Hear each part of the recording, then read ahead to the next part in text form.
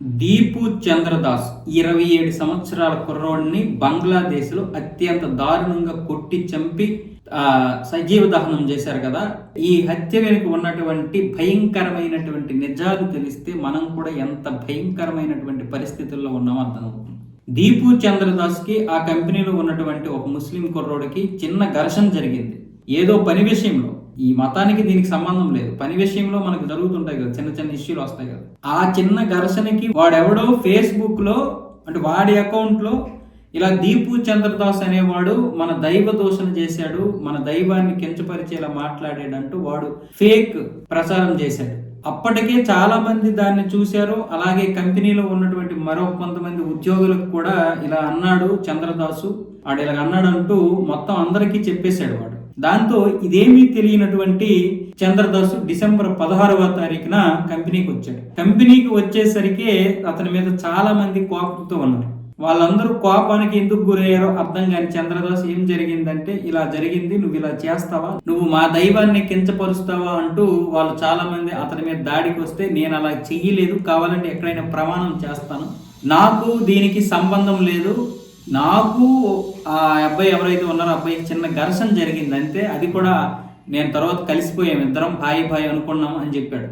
అయినా సరే వినలేదు. అక్కడ ఈ దైవ దూషణ చేశాడని కొంతమంది మూక కంపెనీ బయటకు వచ్చారు. ఈ మూకతో ఈ కంపెనీలో ఉన్నటువంటి ఉద్యోగులు కొంతమంది మాట్లాడారు, మీరు కంపెనీ గేట్ దగ్గరికి రండి, మేము వీటిని అప్పగిస్తామని. అంతేకాకుండా ఈ కంపెనీ ఉద్యోగులు ఏం చేశారంటే, అందులో ఉన్నటువంటి మేనేజరు, మిగతా సూపర్వైజర్ అందరూ అందులో భాగమే, వీళ్ళందరూ కలిసి దీపుతో రాజీనామా చేయించారు. కంపెనీలో రాజీనామా చేసి చంపితే ఆ కంపెనీకి ఎటువంటి ఇది ఉండదనే ఉద్దేశంతో వాళ్ళు అలా చేయించారు. బలవంతంగా రాజీనామా చేయించి అబ్బాయిని తీసుకొని ఒక సెక్యూరిటీ గదిలో పెట్టారు. రాత్రి 8 గంటలకల్లా మోకొచ్చింది. ఆ మోకొచ్చిన తర్వాత అబ్బాయిని ఏమొచ్చేసి తీసుకొని వెళ్ళి కట్టి కొట్టి ఆ తర్వాత ఏమొచ్చేసి సజీవ దహనం చేశారు. ఆ తర్వాత యాంటీ క్రైమ్ ర్యాపిడ్ యాక్షన్ కి ఇన్ఫార్మ్ చేశారు. కానీ అప్పటికే పోలీసులకు ఇన్ఫార్మ్ చేస్తే వాళ్ళు ఏమొచ్చేసి అబ్బాయిని తీసుకుని జైల్లో పెడితే మళ్ళీ పోలీసులు భయపెట్టి వాళ్ళని తీసుకుని వెళ్ళిపోయారు. అబ్బాయిని తీసుకుని వెళ్ళిపోయి చంపేశారు. మరి పోలీసులు ఏం పీకుతున్నట్టు?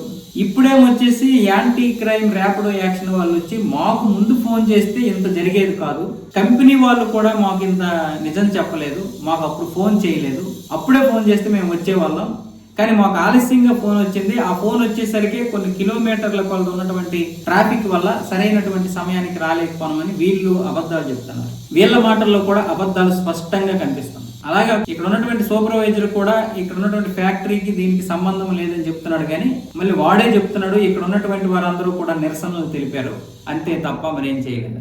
అంటే ఉద్యోగులు కూడా ఇందులో ఉన్నారని వాడు స్పష్టంగా చెప్తున్నాడు.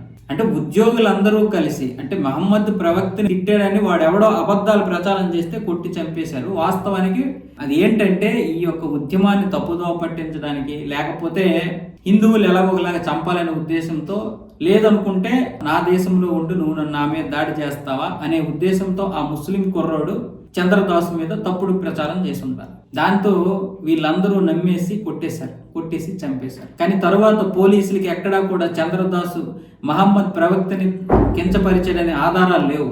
తర్వాత ఎంక్వైరీ చేస్తే వీడి ఫేస్బుక్ లో అతని గురించి అన్ని తప్పుగా మాట్లాడినటువంటి మాటలు ఉన్నాయి. అంటే వీడే ప్రచారం చేశాడు. తర్వాత హత్య జరిగిన తర్వాత డిలీట్ చేశాడు. ఇన్ని దారుణాలు జరుగుతున్నాయి అక్కడ. అదే చెత్తనా కొడుకులు ఇక్కడికి వచ్చి హ్యాపీగా దర్జాగా బ్రతుకుతున్నారు, అక్కడ మన హిందువుల్ని చంపుతున్నారు. ఆ చెత్త విధవులు ఇక్కడికి వచ్చి కోట్ల మంది వచ్చి మనల మీద బతుకుతున్నారు. ఇక్కడ ఉన్నటువంటి ముస్లింలు కూడా వాళ్ళకి సపోర్ట్ చేస్తున్నారు. మరి ఇంకెక్కడుంది మన దేశంలో స్వాతంత్రం? ఇంకెక్కడుంది మనకి మెజారిటీ? ఎందుకు మనం మెజారిటీ పనికి రాకపోతే సరే?